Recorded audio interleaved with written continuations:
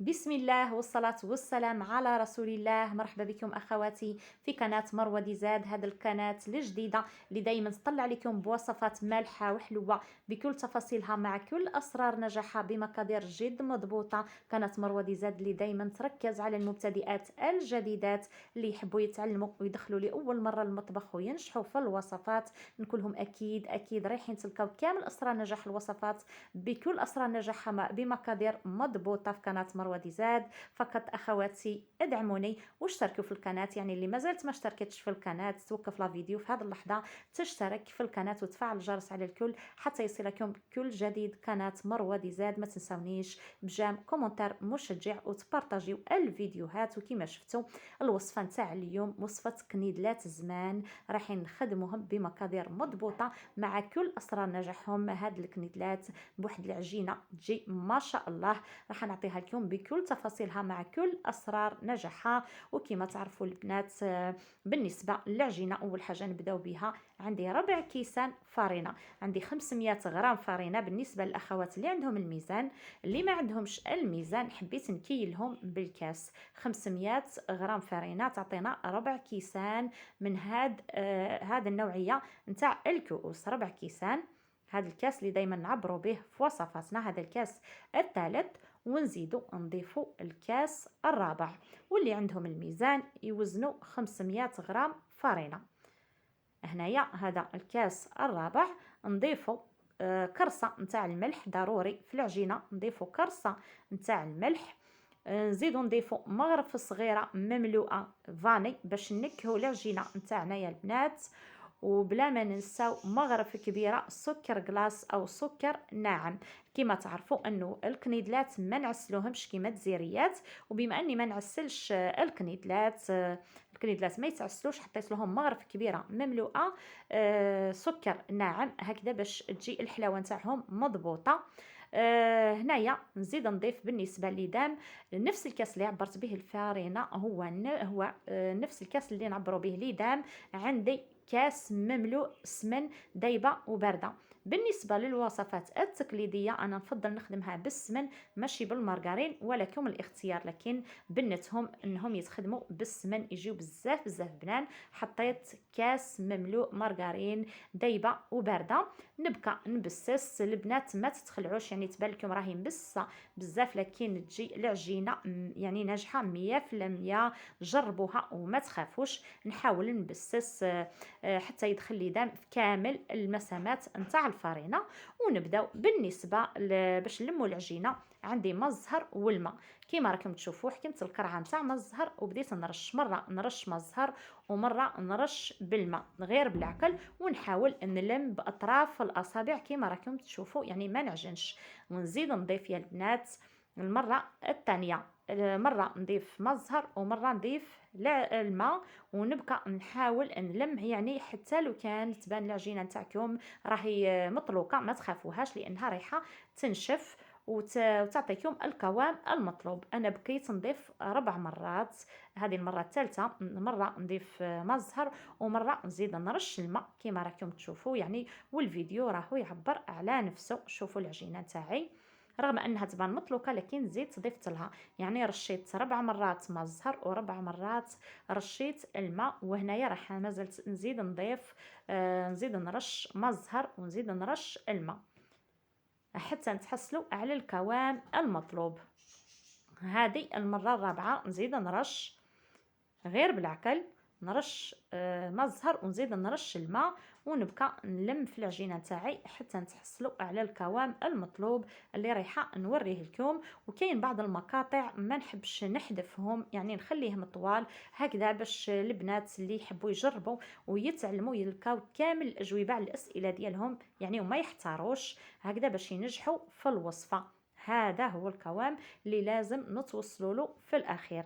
كذلك سر من أسرار نجاح الوصفة، هذا هو القوام اللي لازم نتحصلوا عليه، أنه نلفوا العجينة في كيس بلاستيكي غذائي ونخليوها تريح على الأكل ساعة قبل ما نبداو نخدموا فيها. أهم حاجة لفوها في كيس بلاستيكي غذائي وخليوها تريح على الأكل ساعة. باش نشكلوها، ورايحين تشوفوا النتيجه اللي تعطيها لنا.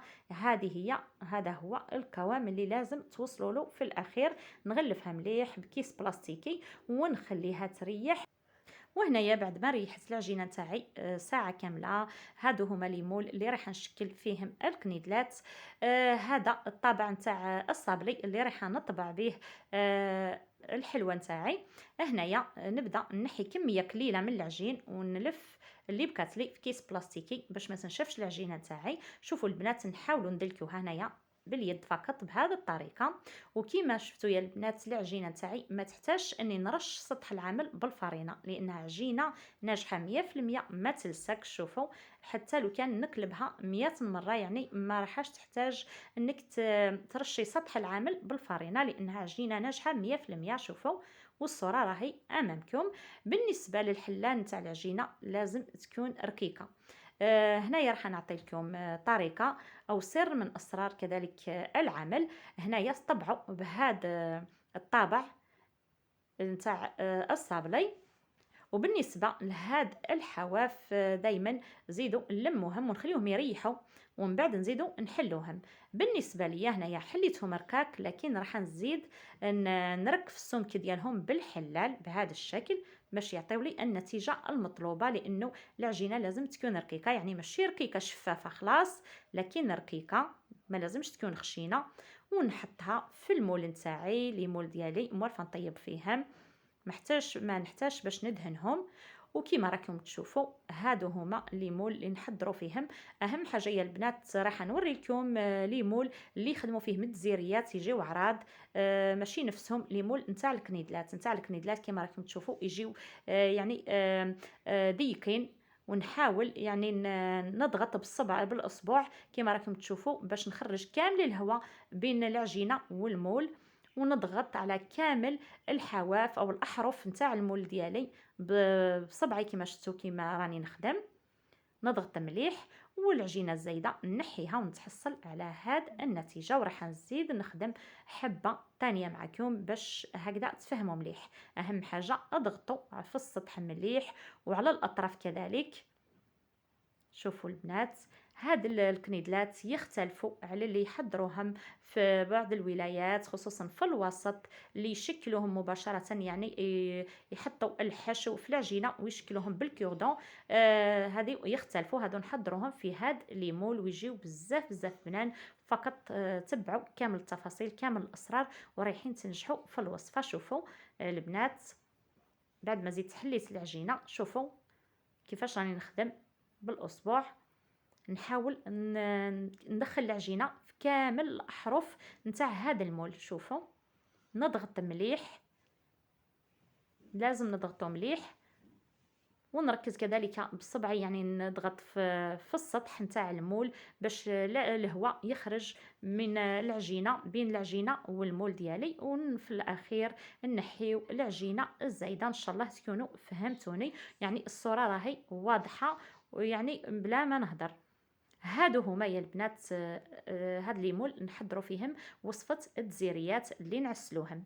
بالنسبه للوصفه ان شاء الله في القريب العاجل رايحه نحضر لكم وصفه الدزيريات بواحد العجينه تجي ما شاء الله ونعسلوهم ويجيو ما شاء الله. ان شاء الله انتظروني عن قريب في وصفه الدزيريات في قناه مروه ديزاد.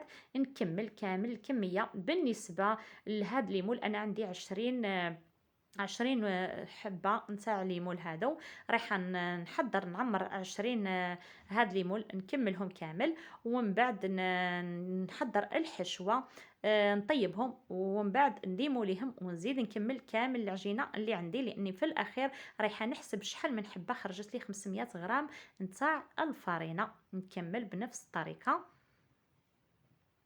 ودائما البنات العجينه اللي تبقى لكم خليوها تريح، لفوها في كيس بلاستيكي وخليوها تريح وكملوها بنفس الطريقه. راهي تبقى العجينه طريه هي وتعطي لكم الطوع في الخدمه. بعد ما كملت عمرت لي مول ديالي كامل، هادو هما اللي متوفرين عندي عمرتهم. نحضروا مع بعض الحشوه. بالنسبه للحشو نعطيكم مقدار مضبوط. عندي 250 غرام كاوكاو بوكشورو، حمصته خليته برد ورحيته 250 غرام كاوكاو بقشورو ريحته ماشي خشين وماشي رقيق، خلاص يعني متوسط.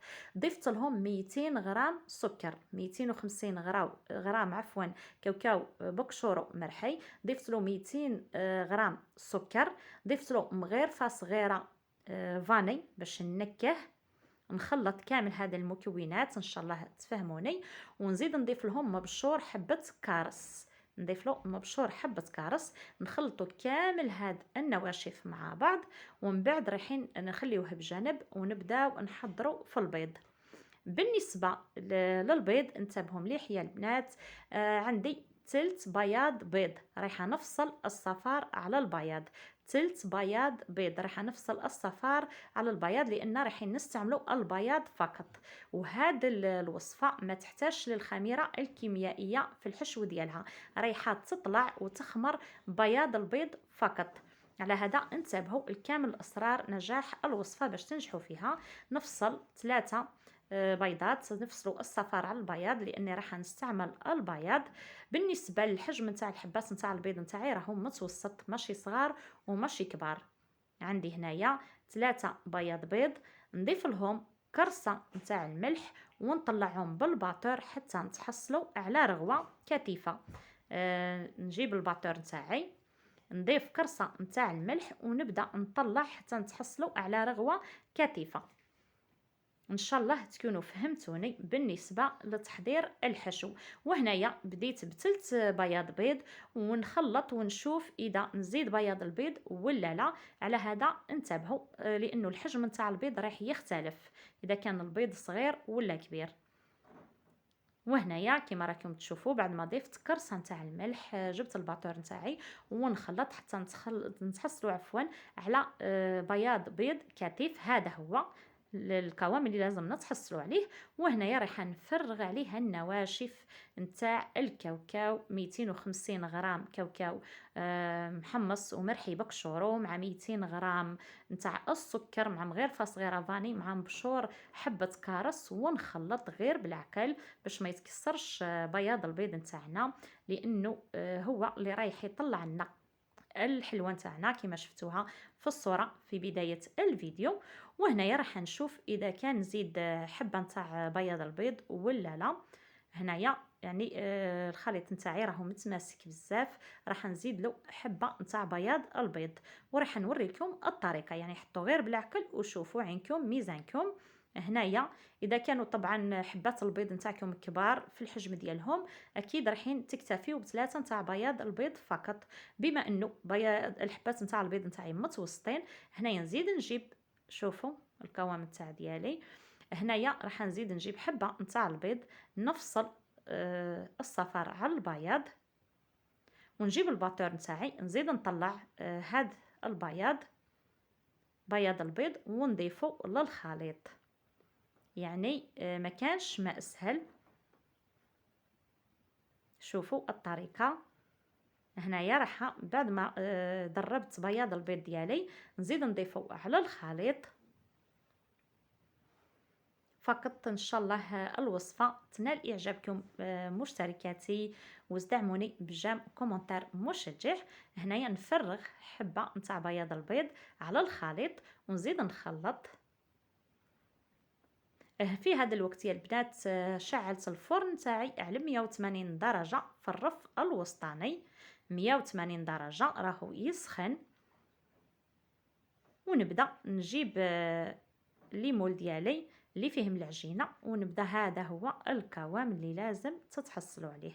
في هذا الوقت نبدا نعمر في ليمول ديالي. بالنسبه للكميه نتاع الحشو عندنا مغرف صغيره مملوءه لكل حبه، مغرف صغيره مملوءه لكل حبه فقط، يعني ما تخليوهش يسيلكم على الاطراف هكذا باش ما يلصقلكمش السكر لما تجيو ديموليوهم يسهلوا لكم. شوفوا مغرف صغيره مملوءه، مغرف صغير عفوا مملوءه لكل حبه. وبالنسبه للتزيين زينوا بالشيء اللي متوفر عندكم. انا فضلت نحط كل حبه نحط لها حبه نتاع اللوز بقشورو، تقدروا تحطوا حبيبات فضيه، تقدروا تحطوا اللوز ايفيلي على الوجه، تقدروا تحطوا كاوكاو ايفيلي، حبه جوز. هذا الشيء على حسب واش يتوفر عندكم، على حسب اذواقكم، على حسب المناسبه اللي راح تقدموهم فيها. وهنايا بعد ما خليتهم طابوا مليح يا البنات. طبعا كيفاش تعرفوا انهم طابوا؟ تجبدوا حبه وديموليوها وتشوفوهم، كي تشوفوهم صفاروا من التحت رايحين تنحيوهم، وهذا هو طيابهم. شوفوا هنايا راهم يعني بعد ما بداو يبردوا بديت نحاول نديموليهم. نستعملوا الموس لانهم يلصقوا في الاطراف لما يسيل الحشو. هذا هو، شوفوا كيفاش طابوا، شوفوا كيفاش تنفخوا بياض البيض فقط بلا ما حطينا لهم الخميره الكيميائيه.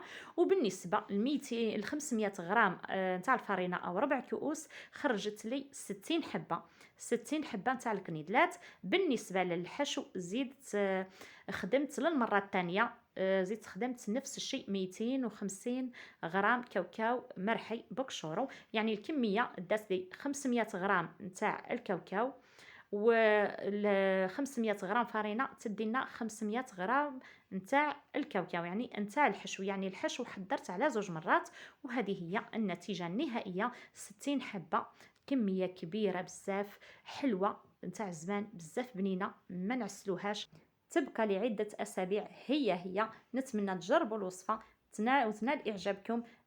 جام كومنتير مشجع وبارطاج هكذا باش تكبر قناة مروة ديزاد. والسلام عليكم ورحمة الله، مع وصفات أخرى بإذن الله.